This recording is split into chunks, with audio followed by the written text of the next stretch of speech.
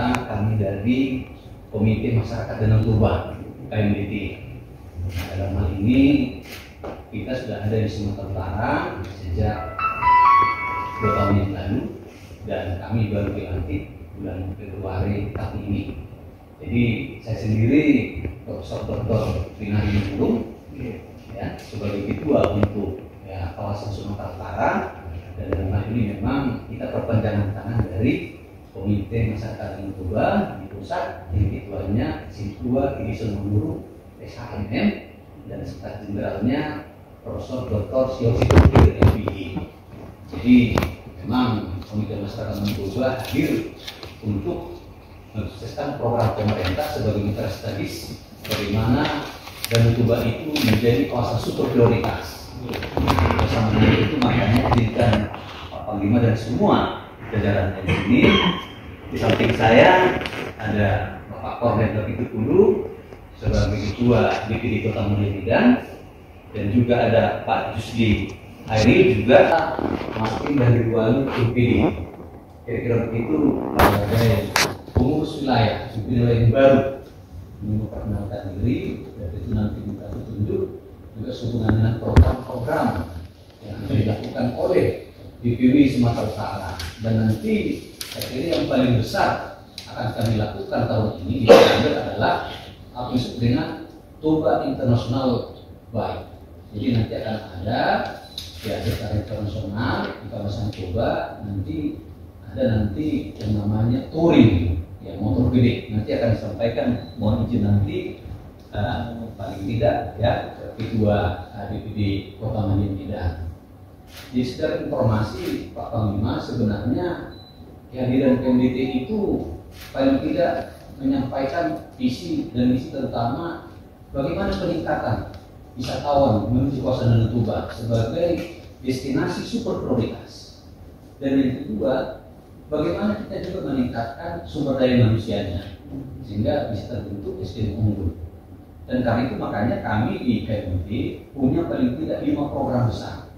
Jadi yang pertama bersangkut paut bagaimana peningkatan kunjungan wisatawan di kawasan Danau Toba sebagai destinasi super prioritas. Yang kedua, bagaimana peningkatan fasilitas yang berhubungan dengan kepariwisataan. Dan yang ketiga, yang paling barangkali ini karena kami tahu ya, founder satu barisan daerah ini semua penggerak Green Toba. Jadi satu program dari KMDT sebenarnya bagaimana pembangunan berkelanjutan di kawasan Danau Toba bisa kita lakukan. Dan karena itu makanya erat penyelamatan ekosistem Danau Toba. Makanya kemarin kita awal bulan 6 bersama Pak Duli Marjono kita ketemu di Simali Resort membicarakan bagaimana pembangunan kawasan Danau Toba yang sangat vital untuk kelangsungan berbagai industri, termasuk misalnya Inalum. Karena kalau Danau Toba sedikit aja permukaan airnya surut, maka akan banyak membawa persoalan. Jadi karena itu makanya dalam program-program KMDT, Pak Panglima dan jajaran, kita telah melakukan banyak kegiatan yang bersangkut dengan era observasi, edukasi dan pemberdayaan masyarakat. Jadi dalam bidang ini juga makanya sebenarnya kita juga bagaimana memberdayakan masyarakat lewat namanya UMKM dan koperasi, dan KMDT mengembangkan itu sekarang. Dan juga yang sedang kami kembangkan bagaimana supaya terbentuk SDM yang unggul. Karena ini sebagai daerah pariwisata, maka tentu kita harus pahami bagaimana hospitality-nya, keramah tamahan orang di sana menerima wisatawan. Jadi karena itu makanya memang bidang edukasi sangat-sangat memang kita tonjolkan, dan terutama kita sekarang mengembangkan kerjasama dengan beberapa universitas, kerjasama dengan BEL, kerjasama dengan UT, kerjasama dengan USU, kerjasama dengan Universitas Santo Thomas. Semua ini bagaimana supaya orang-orang di kawasan Danau Toba ini bisa nanti lewat pelatihan, berbagai macam penataran, betul-betul bisa kita tingkatkan SDM-nya. Jadi paling tidak Pak Panglima itu makanya hari ini kami sampaikan, terutama tadi nanti ditambahkan sedikit teman yang mohon izin tentang rencana yang disebut tadi Toba International Bike Days dari 2022. Mohon izin Pak Panglima untuk saya di Tadu tadi.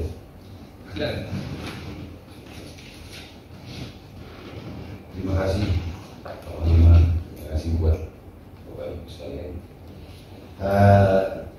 Untuk rencana program kita, Pak, saya sebagai Ketua DPD Kota Medan,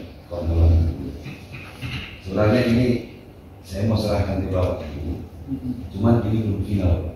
Karena ini dadakan, memang rencana ini Pak di pertengahan Desember Pak, tahun ini. Cuman kan ini belum final Pak, izin Pak bisa saya cerita.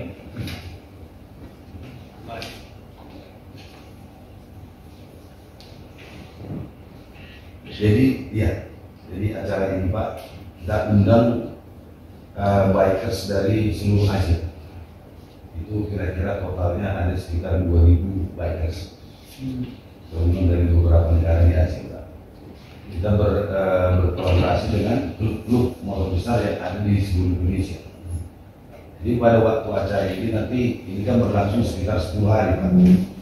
Mulai dari kendaraan tiba di Belawan, Taparoro, kita harus sesuai dengan perizinan semua.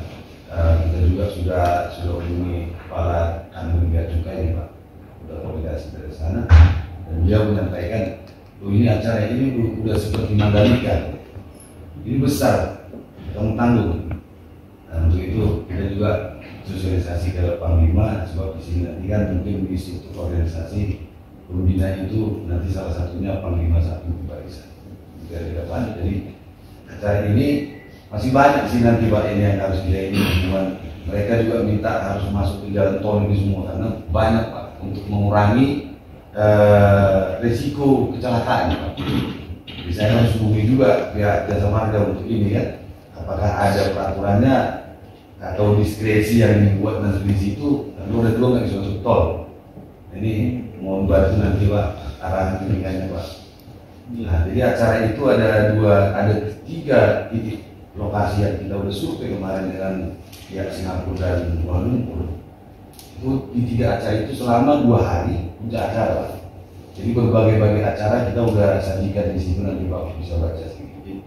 Dan situlah puncak acaranya, kita akan sajikan budaya-budaya kita selama 2 hari itu. Kemudian pameran kita akan buat hasil-hasil pertanian, hasil-hasil kreativitas di sana Pak. Dan kemudian nanti baik ke sini kan pada umumnya mereka juga para pebisnis Pak. Mereka akan melihat hasil kopi dari Danau Toba, langsung kita buat order di situ untuk diekspor Pak. Jadi artinya dengan event ini kita meningkatkan pendapatan kita per kapita masyarakat juga Pak. Dan juga agar kira-kira itulah sebentar dulu Pak. Mohon maaf Pak, nanti bila finalnya nanti Pak kita lebih lagi untuk rezeki khusus ini Pak. Ya, kita bersyukur hari ini kita di kesehatan sama-sama bisa bertatap muka. Mohon maaf juga kita satukan kelompok. Tadi juga ada 2 kelompok tadi dari INSI, Indonesia Tionghoa, Ikatan Indonesia Tionghoa Indonesia. Kemudian dengan IPMI pagi tadi juga ada jadi itu menghemat waktu supaya efektif kita buat grup kelompok yang bermaaf hari ini saya didampingi beberapa staf ini aksi pers Menteri Joko, kemudian istilahnya Kapendam kita yang baru. Kapendam kemarin sudah berangkat yang lama tugas sekolah siswa ini. Kalau kita juga ini Riko Sergian, ini Kapendam yang baru, kepala penerangan kita Pak. Yang banyak berkecimpung dengan kegiatan media, publikasi. Nanti kalau kegiatan ini kalau memang publikasi dan lain-lainnya bisa bersama. Kita punya jaringan untuk media online, cetak dan lain-lain. Kemudian di sebelah itu Astor baru, Kolonel Candi. Ini juga kemarin baru masuk. Ini hari kedua beliau tugas. Hari pertama ya, hari serah terima, hari pertama masuk. Tugas yang Astor yang lama Patimuran, ke Ambon, jadi Kasren gitu. Yang kita dinamis sekali ini, ada yang setahun, ada yang 2 tahun. Tapi kalau Aslok yang kemarin baru 6 bulan nanti bisa lagi. Kemudian di sebelah dari Ibu Aster. Aster diajukan kemana kemarin? Siap. Baru selesai asesmen berarti. Asesmen lanjut. Asesmen lanjut. Dan di tipe A. Siap. Jadi beliau sebentar lagi juga geser untuk jadi dandim. Siap. Dandim sekarang ada yang tipe A, tipe B. Tipe A itu yang kolonel, dia di kota. Dan tipe B di kabupaten. Itu kita ada 44 korem, kemudian kodim itu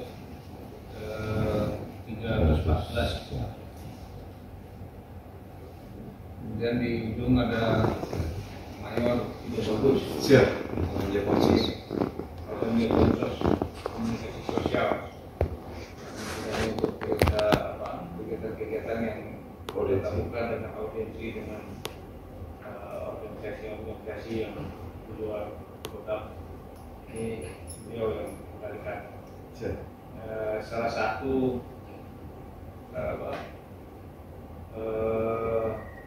metode yang digunakan dalam pembinaan teritorial adalah membangun komunikasi sosial. Jadi ini juga bagian dari komunikasi sosial yang kita lakukan. Untuk Sultan Delhi dulu Pak Ketua Teman, dia senior saya. Oh, senior. Beliau 89, saya 90. Beliau ditugaskan dulu di Ujung Pandang, saya di Timur Timur. Ketemunya di Timur Timur, beliau ke Timur Timur ketemu. Dan berikutnya di Aceh. Di Aceh. Sama juga saya sedang di Aceh, beliau di Aceh, tapi terus ada kecelakaan pesawat. Itu hadir untuk evakuasi. Memang ya takdirnya beliau ya. Sebenarnya beliau yang jatuh pesawat itu yang langsung meninggal itu lain, ada Kapten Guntur Ibnu. Beliau sebenarnya masih bisa diselamatkan, tapi rupanya terjepit badan mesinnya pesawat yang tidak bisa kita angkat pakai tangan gitu. Jadi akhirnya kita harus cari alat untuk rem angkat. Begitu ternyata ya beliau jadi terlalu lama luka dan darahnya keluar pendarahan. Ya, kita juga waktu itu ya sangat bersungkawa. Terus kemudian pengganti beliau anak beliau masih umur 11 atau 6 tahun. Sekarang sedang S2. Sekarang S2. 23 tahun sekarang usianya. Yang kita bisa lakukan kegiatan ini Pak, tentara Kodam itu punya 2 fungsi ya, tentara angkatan darat. Kita punya 2 fungsi. Fungsi pertama, fungsi utama itu adalah pertempuran. Kalau fungsi pertempuran mungkin ya itu core bisnisnya kita saja. Kita berlatih saat ini, kita berlatih terus, bakalan ada latihan. Nanti ada latihan akhir di akhir tahun, biasanya ada latihan pemantapan rider, ada latihan antar kecabangan dan lain-lain. Itu yang dilakukan oleh Angkatan Darat dalam mempersiapkan diri dalam tugas fungsi utamanya adalah fungsi pertempuran. Namun ada fungsi kedua. Fungsi kedua yang kita lakukan adalah fungsi pembinaan teritorial. Nah, Binter inilah yang berhubungan dengan lingkungan dari militer. Jadi dalam pembinaan teritorial ini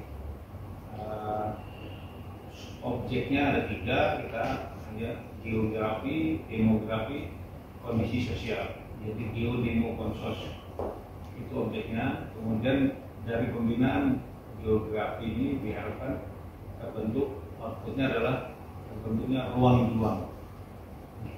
Ruang juang artinya kita mempersiapkan diri. Yang dibilang kan sipis pacung para belum. Kalau Anda ingin damai, bersiaplah perang. Jadi kita latihan dalam rangka persiapan berperang. Kita mempersiapkan wilayah kita juga untuk siap menghadapi kemungkinan musuh yang datang ataupun yang masuk. Jadi pembinaan geografi ruang juang.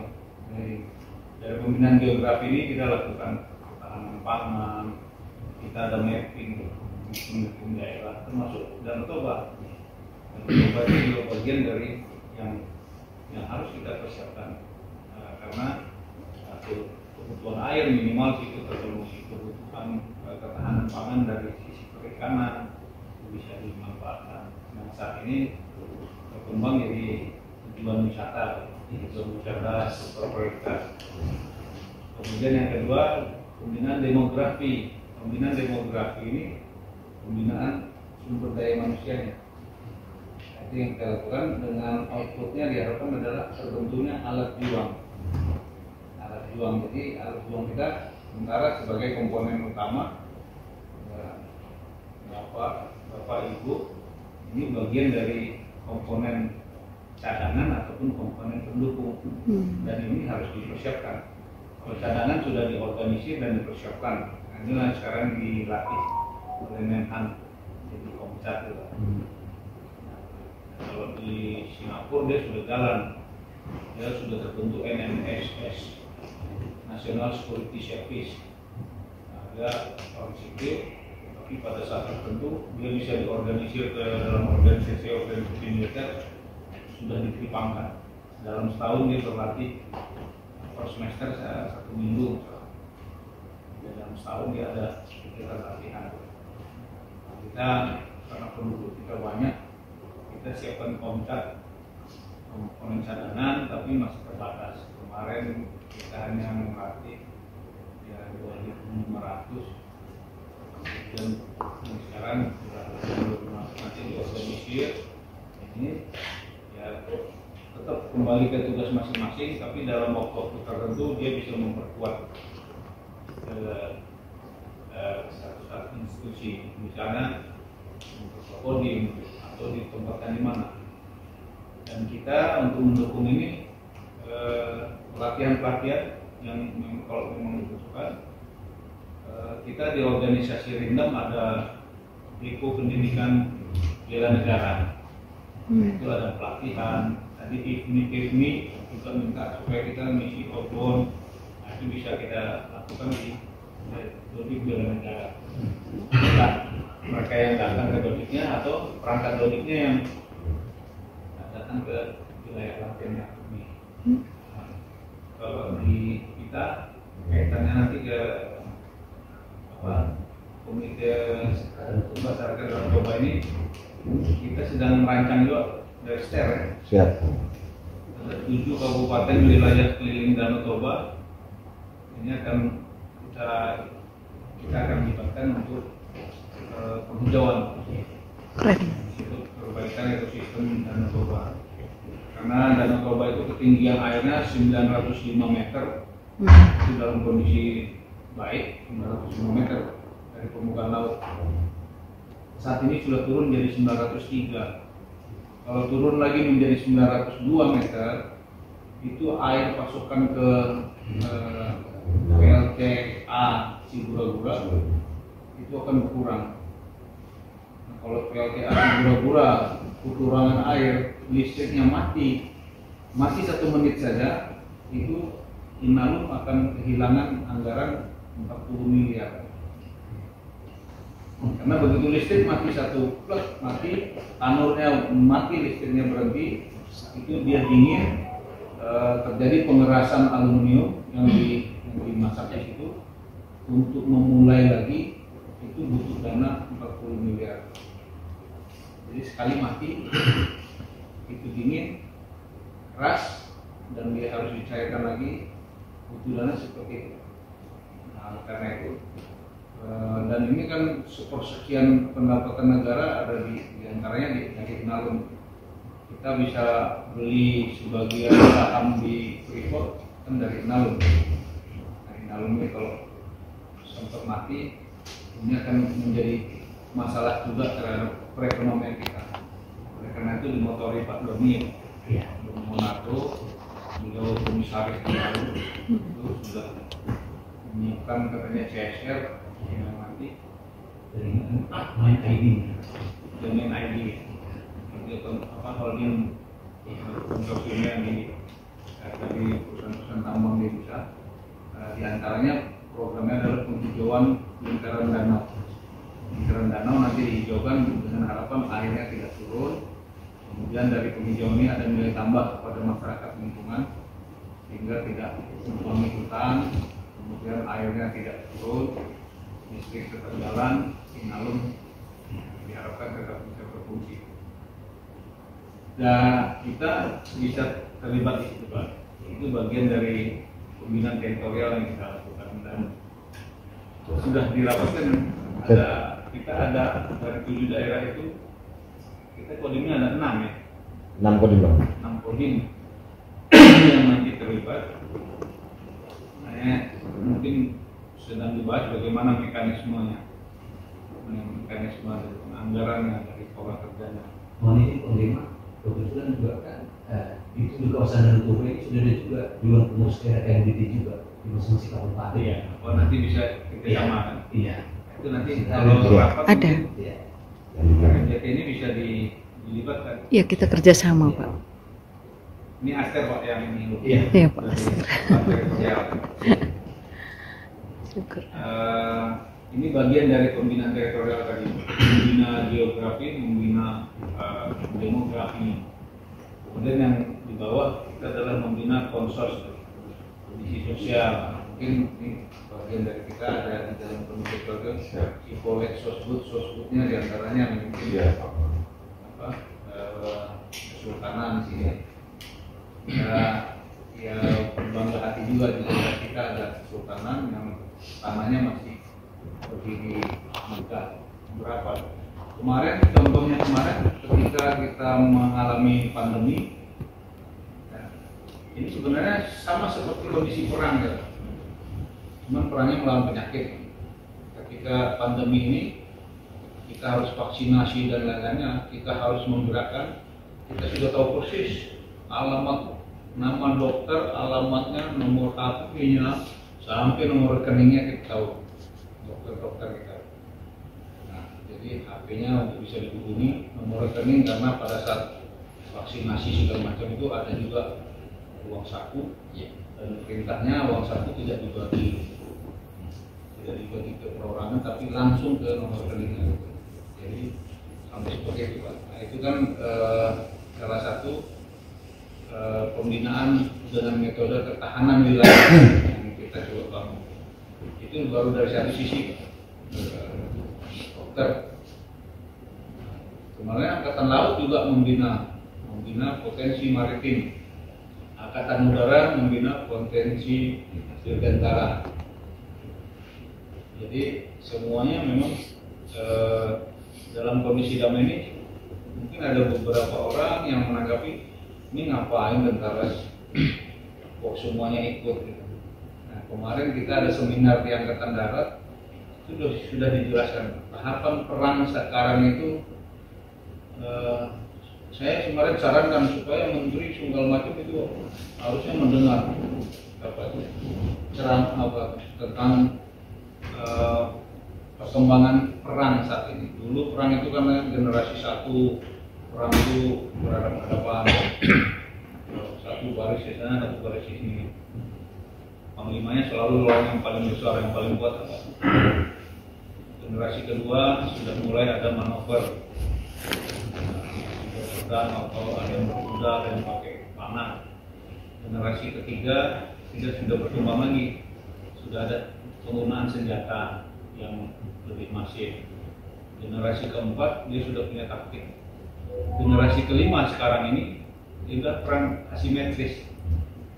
Jadi asimetris itu ya seperti sekarang ini.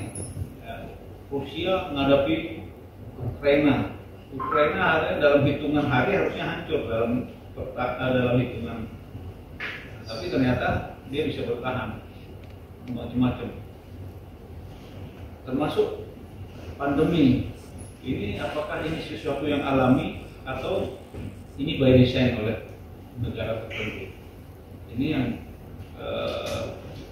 kalau dari kacamata Intel ini by design, ya. Tapi kan harus dibuktikan gitu. Nah, kalau Intel itu berbicaranya berdasarkan petunjuk, clue. Petunjuknya dari sana terus bisa muncul sini. Sekarang penyakit mulut dan kuku itu juga apakah sesuatu yang alamiah atau by design? Kalau dari orang Intel selalu bilang itu by design. Kenapa? Kok tiba-tiba muncul di Kuala Simpang? Dari Kuala Simpang dia menyebar ke Aceh, menyebar ke Sumatera Utara. Karena Kuala Simpang di perbatasan.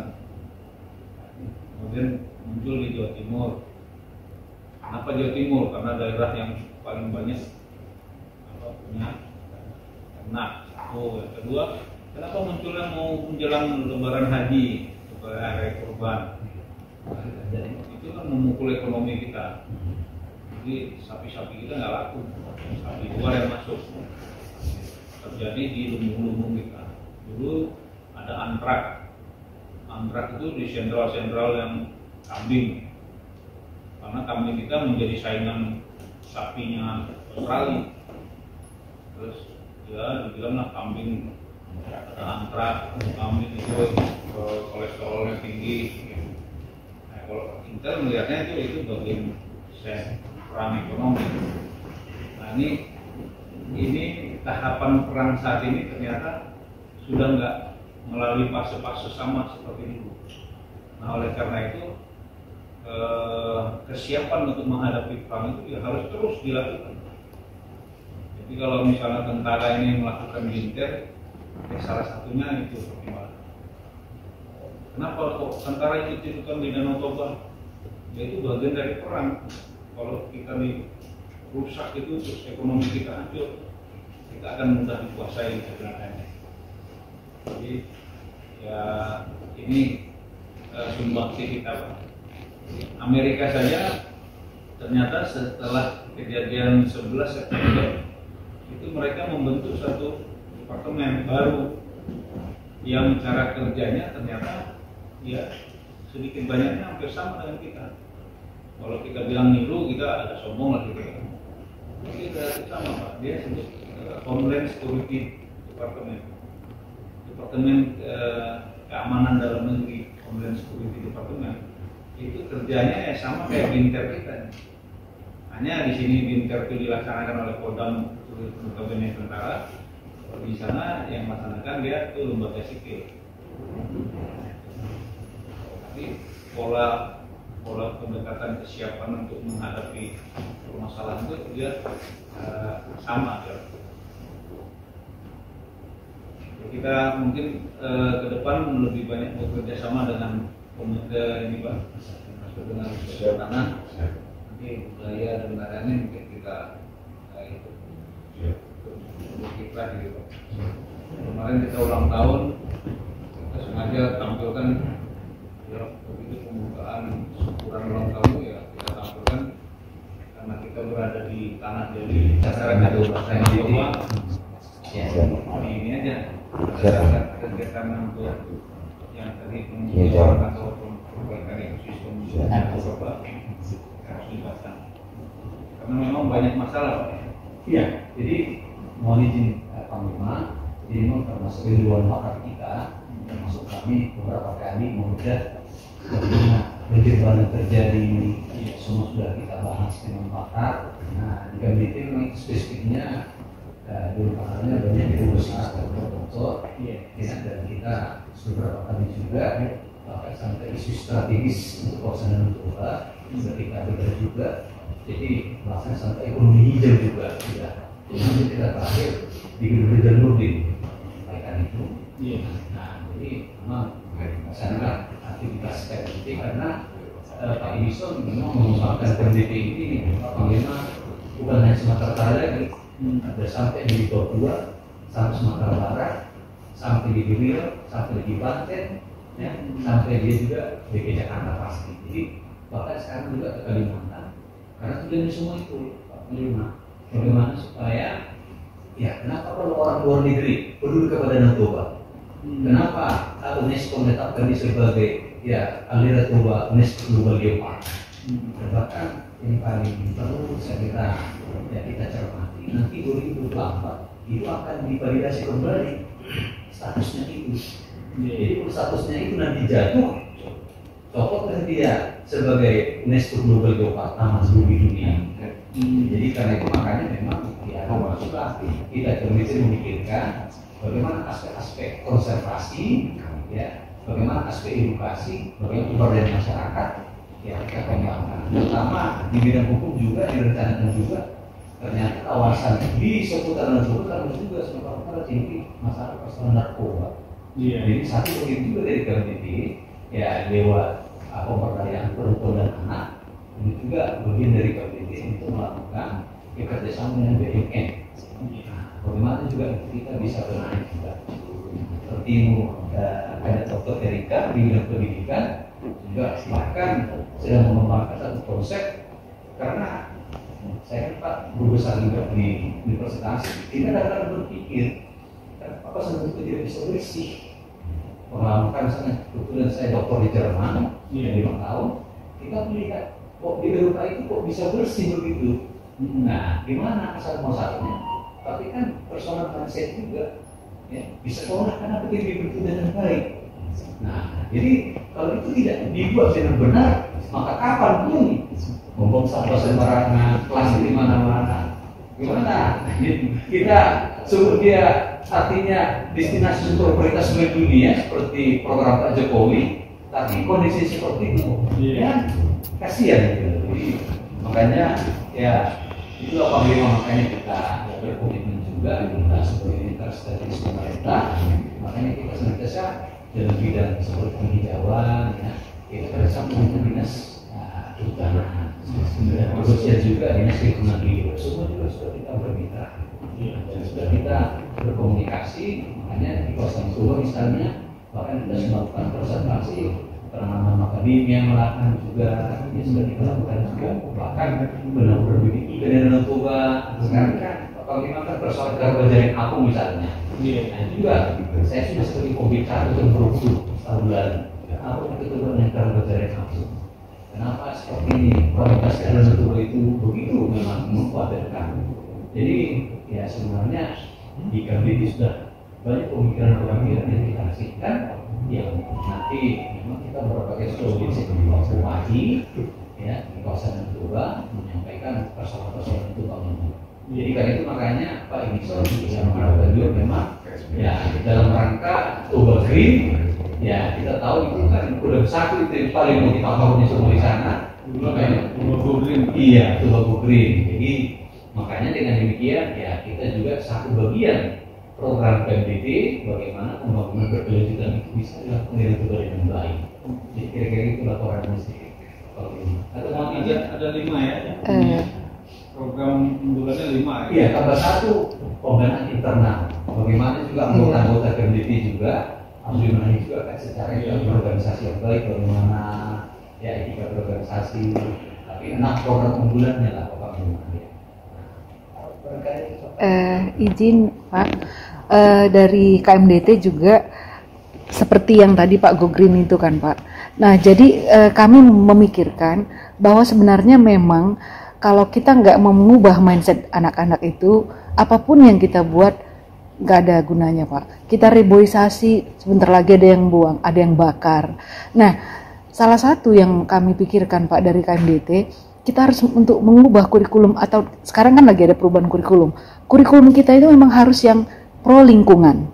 Jadi selain kita buat reboisasi atau apa, tapi mulai dari anak-anak itu udah mulai karena kalau udah tua Pak, kayak pohon itu Pak, diginiin patah dia. Tapi kalau dari kecil kita, dari pendidikan dasar, kita udah buat. Jadi kami dari KMDT udah membuatkan sesuatu bagaimana cara pembelajaran sehingga anak-anak itu merasa bahwa ini lingkungan nih harus pro. Jadi nanti kalau misalnya ada yang berbuat nggak baik sama lingkungan, anak-anaknya udah mulai berpikir, oh aku harus pro lingkungan. Malah nanti inilah generasi kita ke depan yang akan menyelamatkan ini Pak. Jadi saya rasa kami dari KMDT, saya rasa sambil kita go green juga, ini Pak yang paling penting Pak, satu Pak. Jadi sehingga setiap orang di situ itu harus pro lingkungan. Kalau udah bisa pro lingkungan, selesai Pak kita. Ekonomi kita kan bagus.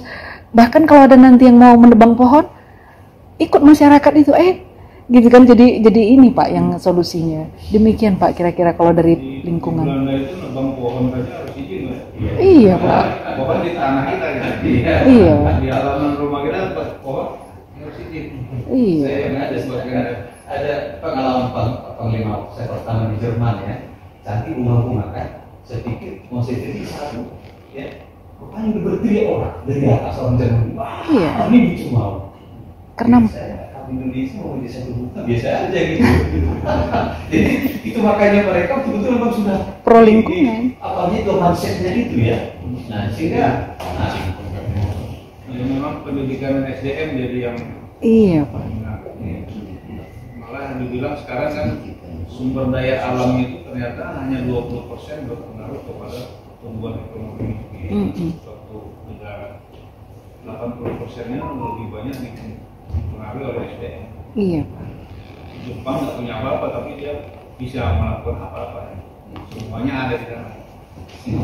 Dia nggak punya tambang tapi semua smelter ada di sana. Iya. Jepang karena dia sumber daya manusianya itu. Kita mungkin itu. Kemarin kita laksanakan jungle trail run Pak, bulan Mei akhir di Bukit Lawang. Itu kan salah satu destinasi Sumatera Utara. iya. Nah yang mau saya ceritakan ini ternyata ada LSM Jerman yang di sana yang melaksanakan kegiatan anti sampah itu. Jadi dia ngumpulin sampah di sana, sampah plastik, sampah itu yang dibagi-bagi, yang plastik. Jadi tidak hanya dia tadi dia tidak bilang harus pro lingkungan. Mereka menjabarkannya dengan plastik dikumpulin, diolah menjadi alat sesuatu yang bisa dijual. Iya.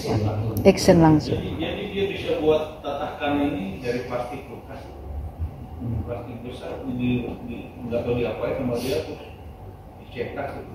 Bagus warna-warni plastik.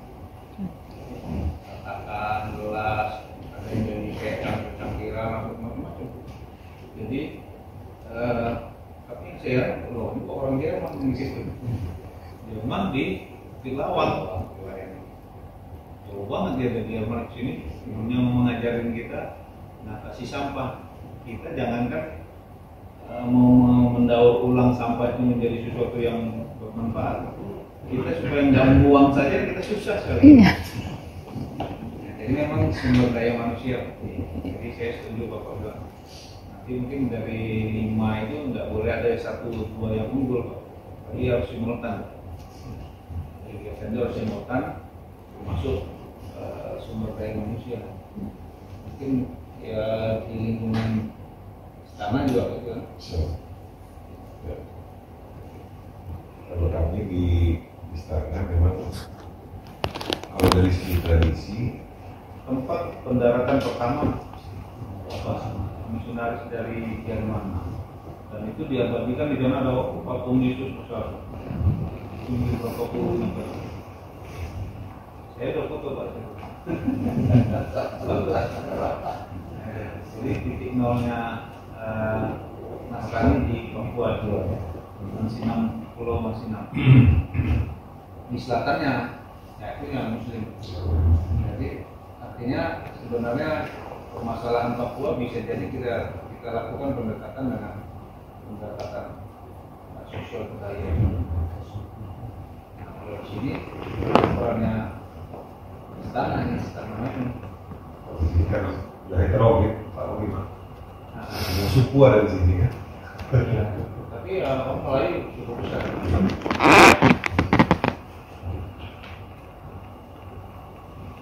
Istana itu kalau dibuat lebih bagus, kita harus didukung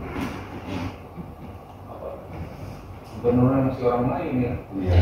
Harusnya dibuat lebih bagus, kemudian dibuatkan acara seperti yang di Inggris di Buckingham gitu ya. Pada saat serah terima gagal gitu. Itu kan menjadi tontonan, jadi destinasi sendiri. Mereka kan kalau pakainya yang data itu bagus. Kemudian pada saat pergantian itu menjadi tontonan. Keren. Dan pakai kalau Mr. Bean ganggu-ganggu itu kan ada itu kan jadi wisata. Mungkin kalau itu dihidupkan dengan pakai Melayu jadi khas tersendiri. Karena lama-lama ya.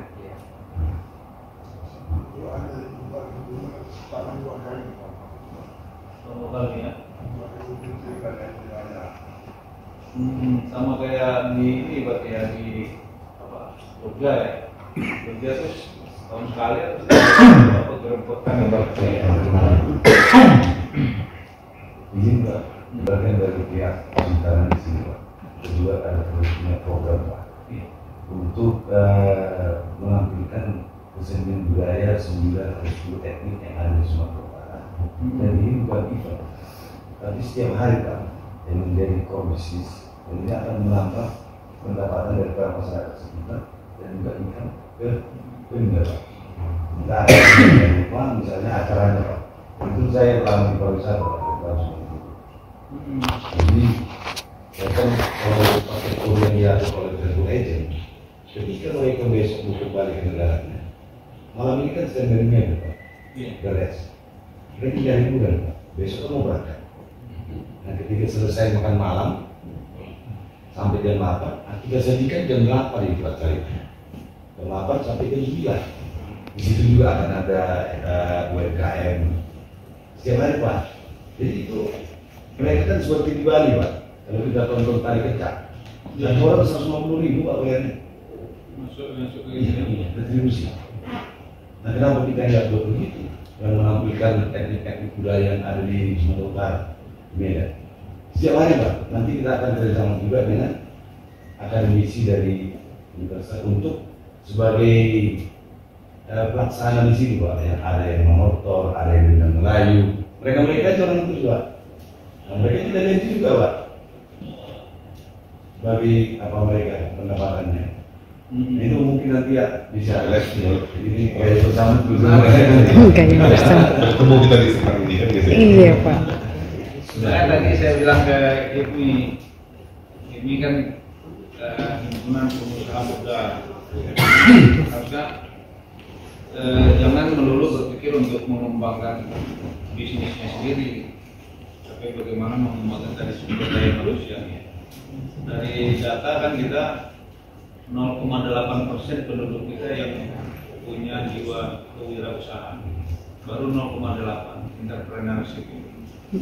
Padahal kalau kita bandingkan dengan Singapura itu 12%, kita 0,8. Jadi jauh sekali. Jepang itu 16% entrepreneurship. Nah, tadi saya bilang sebenarnya kalau entrepreneurship itu tinggi atau jiwa kewirausahaan itu tinggi karena sudah SDM-nya diasah sesuai rupa, itu kan jadi peluang tadi. Ada tarian daripada orang ini kegiatan tempat, orang akan lihat. Nah, yang rugi tentara nanti, rugi katanya tadi. Karena apa? Animo tentara pasti turun. Ciri-ciri negara yang entrepreneurship-nya masih rendah, itu orang mau menjadi tentara, polisi, pegawai. Pendaftarannya tinggi. Karena dia konotasi kerja itu ya saya sebagai pegawai ada legalitasnya itu. Oh, saya pegawai.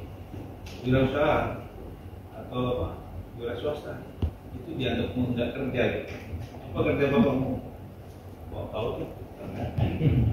Padahal kan wira swasta, tapi dia nggak semacam nggak diakui karena mindset kita masih apa bapakmu tentara, apa polisi, apa pegawai negeri, pegawai swastanya nggak gitu kan?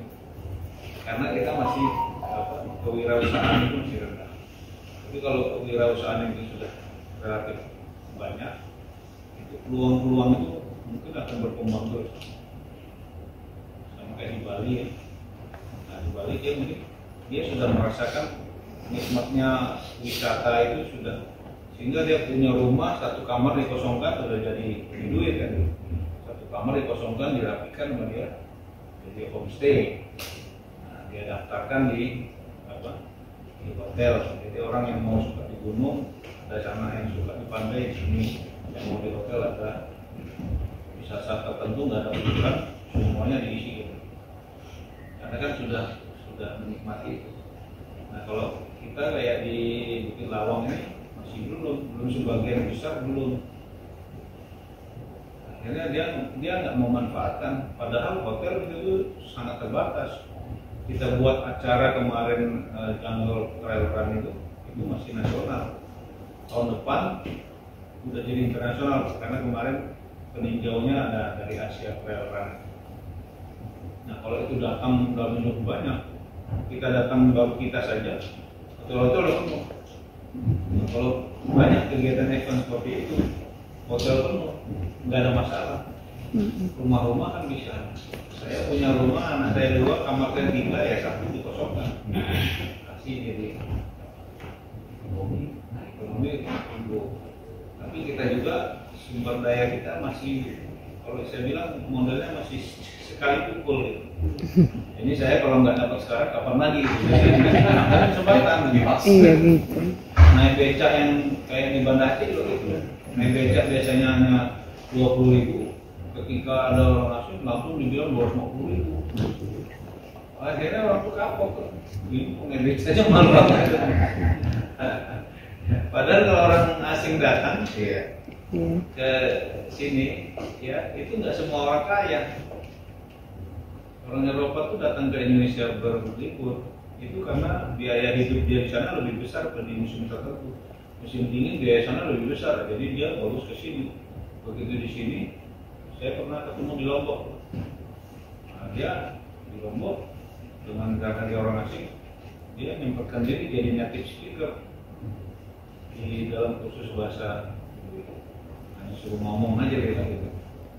Terus ketika dia naik angkot, catatan dia catatan lama mungkin. Jadi naik angkot itu 200 rupiah dari Pelabuhan Lembar ke Kota Mataram. Padahal kita saja orang itu sudah 1.500. Dia bertahan. Ini catatan 1.500. 200 orangnya. Orang saya turun lagi. Rangsel dia turun. Nggak mau dia naik. Cari yang lain. Padahal dia cari yang lain ya sama karena memang nggak tahu dia catatannya. Nah, kita kayak gini juga nggak diupdate ya. Jadi orang itu datang, itu kan data dia dari data wisata kita kan. Naik angkot 200 rupiah, padahal udah 1.500 saat itu. Ini menyimpang memang. Itu jadi pemikiran community untuk kawasan Samosir segalanya. Soalnya sekarang kan sering mengeluh tamu-tamu kan, artinya turis-turis saja. Makan di sekitar harganya, makan di sana 2 kali lipat di sini kita. Jadi seperti kalimatnya sekali kumpul kan sering. Kalau destinasi wisata yang menjadi seperti itu, makanya perkemudian PBB juga ini untuk UMKM di sana, bagaimana supaya kita tidak boleh dikata Standarnya ada. Iya, dari harganya benar di situ. Nah, sehingga kalau orang bilang kan jangan cuma hanya sekali begitu kan. Jadi untuk dibangun untuk jangka panjang. Iya, itulah termasuk beban komite masyarakat dan Tadi yang bilang SDM itu. Iya Pak, jadi kami telah mengadakan penelitian Pak. Ternyata memang budaya, saya salut sih kalau Melayu kayaknya udah bagus. Tapi kalau budayanya kita itu Pak berpikir pragmatis Pak. Jadi selalu berpikir kalau nggak ada ininya nggak mau gitu. Kalau Melayu kayaknya bagus ya Pak ya. Tapi kalau di sana dan Toba itu kayaknya yang harus kita ini adalah bagaimana supaya masyarakatnya itu dari penelitian kami Pak mengubahnya itu jangan terlalu pragmatis seperti itu Pak. Selalu kalau ada apa-apa, apa sih ininya untuk saya gitu Pak. Tapi memang itu jadi dilematis. Iya Karena Pak. contoh nyata yang sekarang dilakukan oleh negara justru itu. Contoh, ya, bentar lagi nih kampanye itu kan akhirnya kan jadi ajang untuk bagi-bagi. Iya.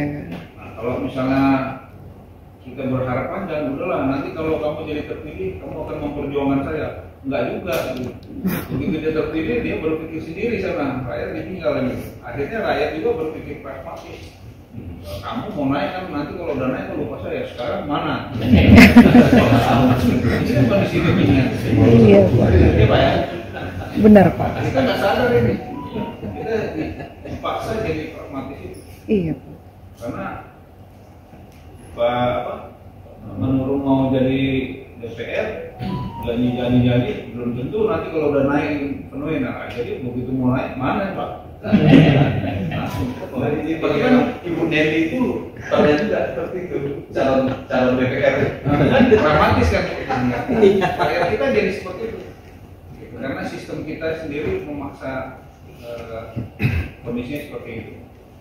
Mengubahnya itu Pak dari kecil Pak harus. Justru disitulah Pak, kita yang berprinsip tadi, yang idealis, kalau saya keluarkan duit untuk bagi-bagi saya naik jadi pejabat, maka intinya saya akan korupsi untuk mengembalikan duit saya. Di situ Pak ya. Jadi untuk itu saya nggak mau. Ya karena nggak mau ya kok nggak menang. Itu Pak intinya. Iya. Jadi yang lebih bagus ya nggak usah lah Pak, kita ini sekarang kita berjuang dari akar rumput untuk memperjuangkan Indonesia kita ini, khususnya Danau Toba ya, karena kita masih di bawah ruang lingkup Toba lah, karena di sini orang-orang Batak di sini Pak ya. Kita mau berjuang sesuai dengan rancangan daripada Presiden kita Pak Jokowi yang begitu besarnya untuk membangun Sumatera Utara, khususnya Danau Toba, karena memang ini adalah aset yang sungguh sangat berharga di dunia. Maka sudah muncul Caldera Geopark kita Pak yang sudah masuk ke UNESCO. Nah, itu perjuangannya Kopung Luhut itu. Iya, jadi ya udah berapa tahun itu Pak? Beliau bisa meyakinkan itu. Hebat beliau. Tapi harus kerjasama itu Pak. Kayak di Sumatera ini kita harus kerjasama juga dengan Melayu juga. Yang kayak tadi memang udah ada direncanakan ya Pak ya. Kami sudah ada pernah ide itu kayak di Taman Bunga itu Pak, di Kolam Deli itu. Kan kalau misalnya kita buat atraksi gitu yang kayak di Bali contohnya. Sementara kan ada juga dari kependidikan Pak. Kebetulan kami dari kependidikan. Ada seni budaya kan itu yang mahasiswa-mahasiswa itu akan senang sekali Pak kalau misalnya mereka ada tempat prakteknya sementara untuk wisatawan. Jadi KMDT kerjasama lah Pak sama juga ya sama Melayu Pak. Izin Pak kami kalau boleh Pak, ini banyak sih kita biasa kerjasama Bapak supaya apalagi Pak Binari kan prof di Unimed. Nah jadi mereka iya, jadi profesor. Nah kayak ini kita Pak Sihol itu kan rektor di Unika kan gitu. Jadi sebenarnya banyak itu yang jurusan-jurusan seni itu Pak yang bisa mungkin kerjasama. Kalau misalnya Bapak telepon aja mungkin senang banget mereka untuk atraksi di sana gitu Pak. Selain mereka meningkatkan keterampilannya, wisatanya juga bagus Pak. Demikian Pak kira-kira. Intinya ini Pak, kita butuh tempat lokasi buat zoom. Boleh kita tukar nomor telepon nanti. Iya Pak. Kan Karena menikah sini dari usul kan. iya, dari USU juga. Saya yakin Pak nggak ada yang kebetulan gitu. Kalau kita disatukan sama Pak Panglima di sini, pasti ada juga Pak, ya kan Pak? Kenapa sih nggak milih-milih yang lain gitu? Kenapa ada kita? lapangan benteng, ada Wisma Benteng. Jadi Pak mungkin izin saya dulu Ketua, ada sedikit yang mau sampaikan dari KMDT bidang hukum ya Ketua. Mengenai program ketepatan saya di bidang hukum mengenai penyuluhan Kamtibmas di khususnya di Danau Toba. Danau Toba itu kalau kita sebut Danau Toba putarannya itu terdiri dari 7 puak, 7 kabupaten, termasuk Karo, Simalungun sampai dia ke Tapanuli Utara, Kaliling.